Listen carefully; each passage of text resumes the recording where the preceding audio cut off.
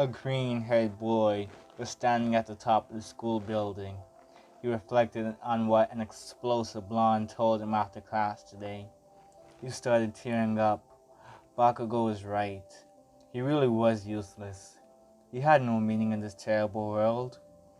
The world that cursed him with this genetic defect, this quirkless status. He took a couple steps towards the edge of the building. He looked down. It looked way higher when he did that. This word just continued to echo in his head. Useless.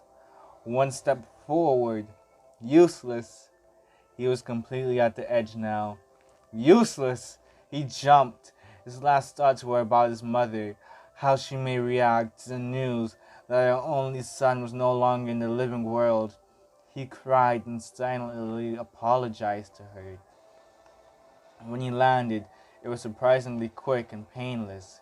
He had his eyes closed on impact, but when he opened his eyes, he found himself face to face with an abomination. There was no describing how hideous this creature was. The creature introduced himself as Melbogia, and he explained what happened to Izuku. Ending your own life was apparently a sin so bad you would go to hell. Now, Izuku was surprised to hear this. He wasn't really religious, so the reveal that there was indeed a hell, he immediately jumped to the conclusions and started muttering. The demon grew annoyed quite quickly with Izuku and silenced the green-haired boy. Izuku whimpered in response, but he did his best to stay silent. The demon sighed and looked back down at Izuku. He noted that Izuku wasn't all that bad. He committed a couple misdeeds throughout his life, but nothing too severe. Well, except for what caused him to get here. Izuku started to tear up. He was remembering his mother. He didn't know how his mother may have been reacting right now. He could only hope she wasn't blaming herself for this. Melbogia stomped his foot on the ground and roared at Izuku to stop crying. It was honestly very annoying, but he saw some promise in this boy. From what he'd seen of the boy in his past life, he appeared to be very analytical. He could use that intelligence of the boys to further his plans, but that wouldn't be for a good amount of years. His physical body was still too weak to be of any use to him. He would need to rack up some experience before he could truly begin to become useful to him. Melbogia grabbed the boy and lifted him up to be at eye level with him. He explained that he could actually allow Izuku to see his mother one last time. Izuku was all ears when he heard this, but he felt as if there was a catch. When he pointed this out, Melbogia laughed and replied that yeah, there was a catch. In order to see his mother, he would need a physical body, which he obviously didn't have anymore. So instead, he would grant Izuku a new body. To gain this new body, he would have to agree to become a Hellspawn, though.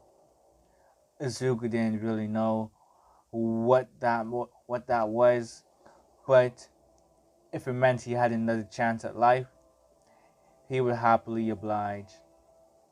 Just like that, he disappeared from the realm of hell and awoke in the land of the living. He felt different, though. He looked at his hands, and they were much bigger than when he last saw them. People were giving him strange looks, but he didn't know why. It was raining, and he figured he should probably explore where he was at. He walked around, and he stepped in a puddle. He looked down to see his horribly disfigured face. He didn't know why he looked the way he did. He needed answers. He went and found some newspapers. He read through it and found the date it was published.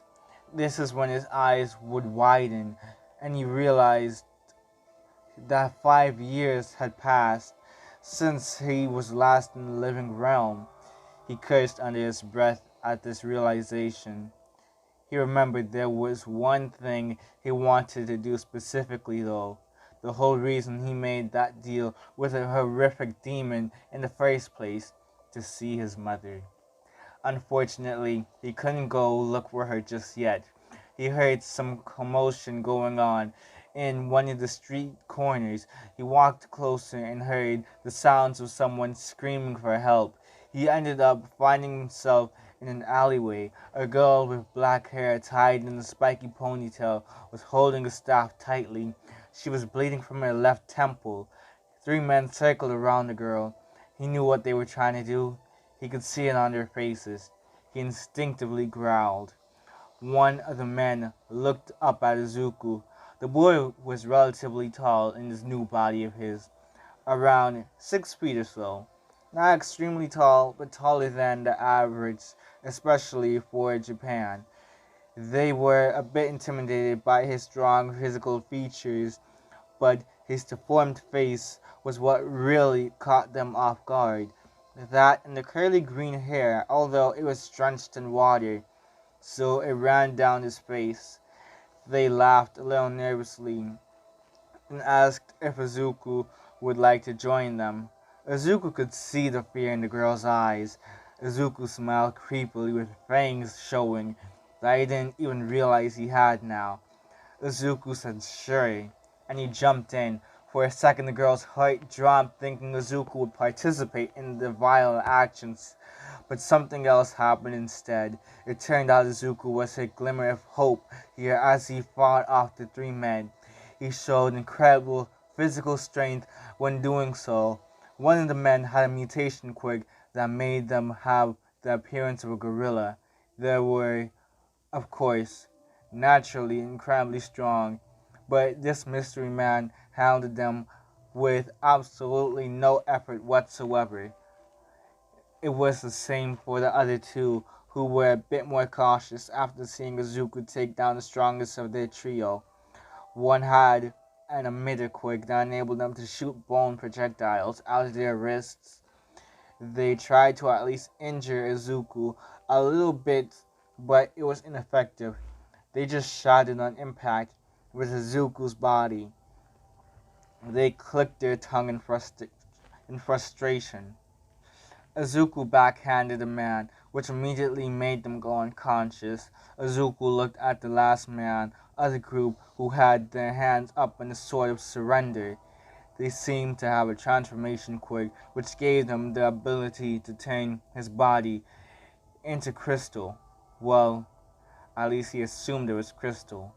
Izuku stared down the man and only uttered one word. Leave. They quickly headed out of there,